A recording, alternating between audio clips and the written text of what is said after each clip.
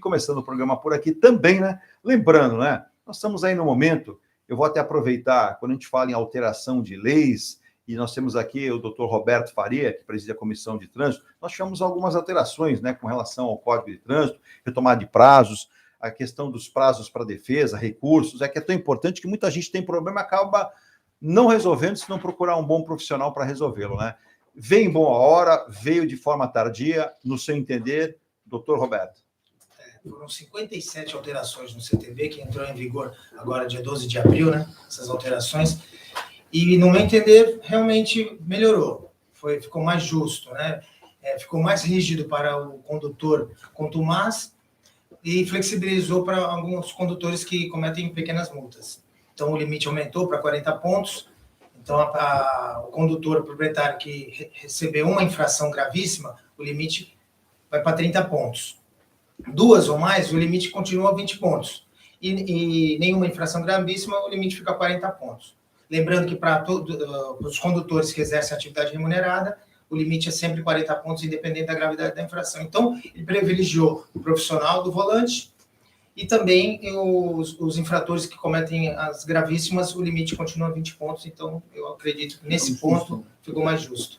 A gente tinha muita reclamação, sempre tem, a questão de apresentar defesa, né? Que você tem sempre que apresentar a defesa e muitas vezes ela não é acolhida, né? E aí a pessoa se sente muitas vezes prejudicada. A gente já teve casos outrora que a gente registrou aqui. Olha, poxa, eu recebi, por exemplo, uma multa e a multa era por falta de capacete. Pô, mas espera aí, eu estava dirigindo um carro. Até que me conste, eu não preciso de capacete para dirigir carro. Então, a gente tinha alguns quadros como esse, né, de informação. Isso também vai facilitar, isso mexeu, essas 57 alterações influenciam em quais setores, principalmente, doutor Roberto? Isso não vai mudar. Na verdade, esses casos, eu acredito que seja erro na anotação da placa no talão do agente. Pois não. Né? Isso, infelizmente... É um erro humano. Agora, e principalmente agora, fica até difícil, só com um erro desse grotesco, é facilmente anulado através do recurso. O problema é a competência dos julgadores, a leitura, o toque de caixa, porque muita infração acaba não se atentando a aprofundar o recurso. Então, essa reclamação da população é em relação a não tem pessoas qualificadas para fazer o julgamento. A gente tem muito essa questão, né, Newton, Thiago, da Jares, né, nos municípios, né, e as pessoas têm muita descontentação com a atitude, a atividade, a maneira como procede em muitos casos. Eu tive a minha solicitação não atendida, ou então, pelo menos, não foi me dado o direito de uma defesa mais considerável. Na verdade, tem razão, porque tem que ter uma fundamentação. Toda decisão tem que ser fundamentada. Perfeito. Então, o que acontece? O resultado chega, ele não tem a fundamentação, indefiro ou defiro. Sim. Então, a pessoa precisa ter a burocracia, solicitar as razões do julgamento, o fundamento, para poder fazer o próximo recurso. Então, essa é uma crítica e que aí, sim, entra a qualificação do julgador. Às vezes não tem fundamentação pífia.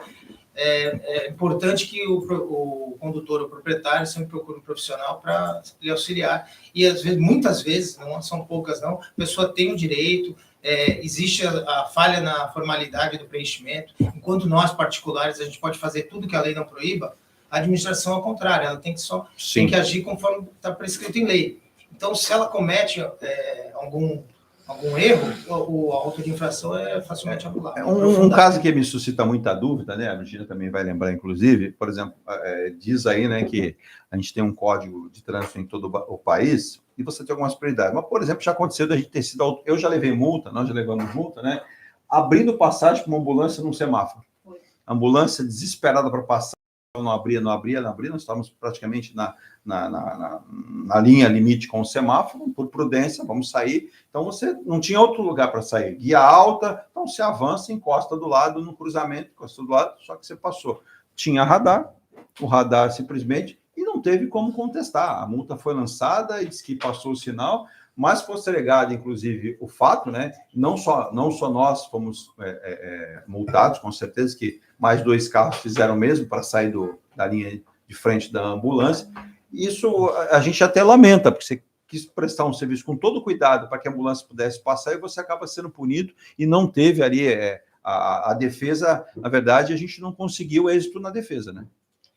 Tem que verifica direitinho. Normalmente essas multas são deferidas, porque como é o radar fotográfico, Sim. solicita ampliação da foto, e aí você verifica, porque ela foi multada também, a ambulância. Um amigo tem o mesmo problema que ele. E também entrou com recurso e perdeu. Então, aí eu não vi as razões que foram alegadas no recurso, mas é uma multa que normalmente o órgão defere. Às vezes, assim, eu tô falando, tem 3 oportunidades, tem a defesa de autuação, depois o recurso para a JAR e o recurso para o CETRAN. Tem que ir até a última instância realmente. Mas esse é um fato que normalmente se ganha. Porque é relevante até, né? Por isso que é sempre importante procurar um profissional da área. Sim. Né? Porque aí vai fazer o recurso da forma correta. No caso, nós procuramos um e não teve efeito, mas não cabe aqui ficar prejudicando. Roberto, como fica uma situação como essa, onde o consumidor tem o seu direito, ele entende que o seu direito foi tolhido naquele momento, aí é clara a figura, a presença de um advogado, um bom advogado, para defender e mostrar, né? Porque também a gente sabe que existe de apreciação por parte da própria justiça, muitas vezes você tem indefinido, ou você não consegue êxito com um juiz e um outro restaura essa decisão. Então, a gente percebe que muitos casos foram parar na mão de advogados para tentar exercer esse direito que a pessoa teve ele tirado numa canetada pelo governador do estado de São Paulo, e a gente percebeu o número de pessoas que fazem uso desse veículo, né? E além do que, daqui a pouco o Nilton até explica, tivemos um aumento na faixa, né? O teto para essa faixa de veículo de R$140 mil, quer dizer, também impactou financeiramente a aquisição, sem contar, o Thiago mesmo comenta isso, os veículos para esse segmento sumiram, né? Aí vem a alegação da falta dos semicondutores e outras questões que dificultam, mas na sua área jurídica, principalmente essa defesa. Eu vou começar pelo ICMS, que o Nilton também deu início. Foi um decreto, na verdade, do governador Dória, Sim, que retroagiu. O governador Márcio França não ratificou o convênio, então São Paulo e Goiás mantiveram os 4 anos. O que o governador Dória fez? Através de decreto, que nem poderia retroagir um decreto, ele ratificou o convênio, tá? E passou aí os veículos, como ele bem disse o Nilton, dia 26 de fevereiro de 2018.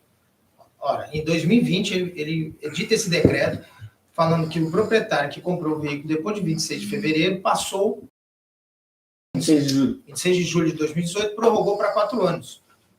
E aí muita gente já tinha até vendido o carro, porque ele fez isso no final de 2020, né? Então, outubro de 2020, então, julho de 2018, teve julho, agosto, setembro, já tinha vendido, como é que faz? E aí não compra o carro novo, a pessoa fica sem veículo. Então, a justiça tem revisto isso facilmente. Então, a pessoa depois de 2018, está com a nota fiscal 2 anos, tem o direito adquirido, ela pode vender, pode comprar um novo veículo já depois de 2 anos, não tem necessidade de esperar esses 4 anos. Então, na justiça, só que tem que procurar o judiciário. Infelizmente, foi mais uma atrocidade do nosso governador. Em relação ao IPVA, pior ainda, né? E pior porque não foi só o governador, né? Foi uma lei de iniciativa do Executivo estadual, porém foi aprovada pela Assembleia Legislativa. Exatamente. E foi feito a toque de caixa, com pretexto de reforçar estabelecer o caixa, né, do Estado, por causa da pandemia, por causa de gastos excessivos. Nesse pretexto, ele acabou tirando os direitos das pessoas com deficiência, o que é lamentável. No IPVA, não passou, essa lei não passou pelas comissões, Comissão de Justiça, ela foi feita em regime de urgência, e conversei com vários deputados, eles não sabiam nem o que estava assinando, foram com o governador, né, sabe lá por quê. Politicamente, né? Emendas, né, troca de... esse mal infelizmente, esse mal assola o nosso país. Exatamente. Então, também o judiciário está aí para tentar corrigir, né? E muitas ações, a maioria tem sido concedida, então mantém a isenção. Nas ações individuais e conjuntas, o judiciário tem mantido a isenção, né? Porque a ação civil pública, como disse o Nilton, ela apenas suspendeu a cobrança até que a Fazenda faça um recadastramento adequado. Porque, na verdade, a lei instituiu que a deficiência física severa e profunda, inclusive nem existe essa terminologia no médico, né? Porque a deficiência física leve, grave, moderada, e não severa e profunda. Severa e profunda é a deficiência mental. Então, ele colocou na lei severa e profunda e que tenha gastos com customização do veículo para aquela necessidade.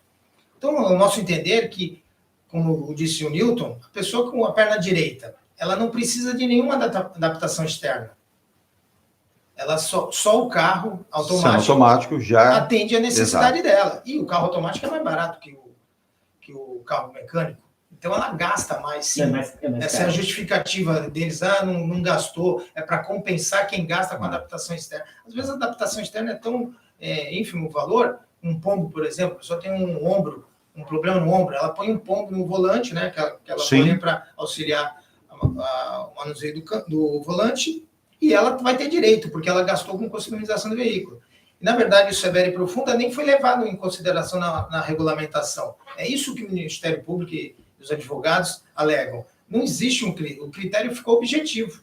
Não se analisa cada caso, se a pessoa tem uma deficiência. Então, a lei, ela discriminou, né, diferenciou os deficientes, mas, na hora de regulamentar, foi o critério objetivo. A letra D, F, G tem que pagar IPVA. Quem gastou com customização, acelerador do lado esquerdo. Sim. Então, é um absurdo tão grande que a maioria dos juízes, infelizmente, tem alguns juízes que não entendem ou não se aprofundam ou realmente não entendeu, né? Porque não tem um cabimento uma pessoa que tem a perna direita, mudou o acelerador, ela não tem a perna direita. Sim. Tá? Ela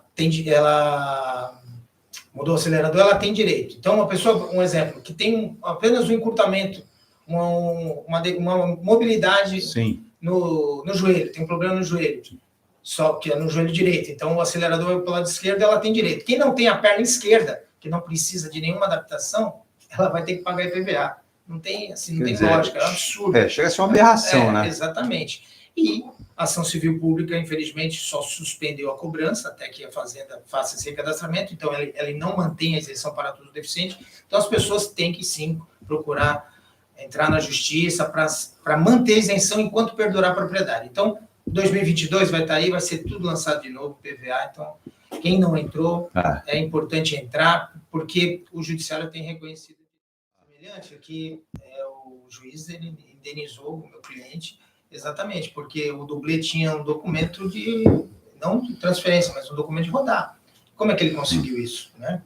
Então, ele teve auxílio de funcionário do Estado. Funcionário do Detran. Uma facilitação. O papel do cara era bom, hein? O documento dele era bom. Então, exatamente. É a responsabilidade objetiva do Estado e responde, sim, objetivamente pela indenização da pessoa lesada. Posso comprar placas Mercosul em outra cidade onde o preço é menor? Por exemplo, o sujeito mora em Santos e ele descobriu que lá em Piracicaba, lá no interior, lá é um negócio mais barato, bem mais rápido, né? Vale a pena, né? Aí eu falo, eu não faria, né? Não faria. Mas, doutor Roberto, é possível? O senhor tem essa informação? Eu acho que assim, a pessoa mais qualificada para responder é o Thiago, mas eu sei, tem que tomar muito cuidado com esse mais barato, porque existe um QR Code, um identificador que, se não me engano, tem empresas que confeccionam essas placas acabam não recolhendo essa taxa para o Estado. Tem um negócio assim, o Thiago é capaz de aprofundar mais. Mas, se for, não vejo problema de comprar placa em outro Estado, mas tem que ter esse cuidado. Agora, para finalizar, o doutor Roberto Faria fala a respeito dessa importância dessa comissão. Fico muito feliz de saber que a OAB Santos realmente tem essa comissão de trânsito e que é algo que a gente usa diariamente. Todos nós, ou dirigindo, ou aquele que está utilizando a pé, vai fazer a travessia. Ontem, por exemplo, a gente estava até a pé aqui, a gente até comentou, vamos caminhar aqui, vamos lá. Sinal vermelho fechado ali na Francisco, Canal 3, os veículos parados, né? Qual não é a surpresa? Eu não confio mais em semáforo, eu vejo vermelho, o que me faz dar a sensação quando estou a pé de atravessar é que os veículos estão parados. Qual foi a surpresa? Os veículos parados, uma motocicleta em alta velocidade passou no meio dos dois, com o sinal vermelho. Se estivesse ali uma pessoa, uma criança, uma idosa, sem a percepção, teria sido atropelada, né? Então, tem a importância toda. E a OAB faz esse papel, a gente julga a OAB como uma entidade muito importante, doutor Roberto. Então, esse papel é importante da comissão. Tem sim. Isso, na verdade, é educação, né?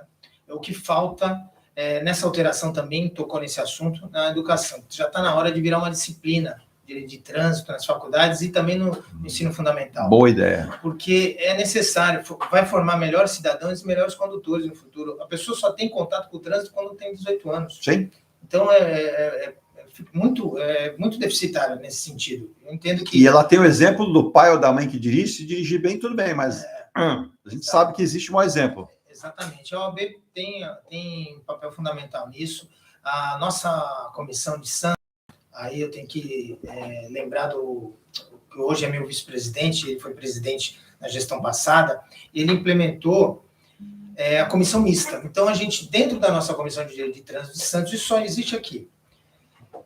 A gente criou uma comissão mista. Então, tem representantes da CT, tem representantes de isenções, tem representantes da vistoria, tem representantes do próprio Detran, despachantes e autoescola. Então, ali, e médico também do credenciamento. Então, a gente faz as reuniões, né, elas acabaram sendo virtuais, né, por causa da pandemia, mas a gente se reunia e começava a debater. Então, ouvir o outro lado, né, o outro ponto dos profissionais que estão lidando diretamente, não só a parte jurídica. Isso foi muito bom e a gente consegue, junto ao Detran, através da OAB, resolver alguns pleitos dessas categorias também. É importante frisar, e é importante, né? E aqui na região, somente a OAB Santos tem essa comissão. Assim, normalmente existem em todas as cidades comissão de direito. Mas essa mista... Mas essa mista, que eu tenho conhecimento, só em Santos. E quem quiser encontrar o bom trabalho, com certeza, o doutor Roberto Faria, né, advogado, que preside essa comissão, mas atua em outras áreas também, com certeza. Como é que encontra o doutor Roberto Faria? Pode o contato através do site, né, www.robertofaria.adv.br ou nas redes sociais, @fariaadv, e no Facebook, Roberto de Faria, Sociedade de Advogados. Tá aí, uma bela sugestão, né? O Thiago falou, pode levar que conhece um pouco e muito mais. Super recomendo. E tá aí, antes de chegar até o Newton me perguntava, eu não tive o privilégio de conhecer, vamos conhecer aqui, o Thiago já tinha elogiado muito, então, importante, parabéns aí pela performance, pelas informações. São suspeitos, né, que são meus amigos, mas... Não, eles já passaram a investigação e foram aprovados, estão liberados.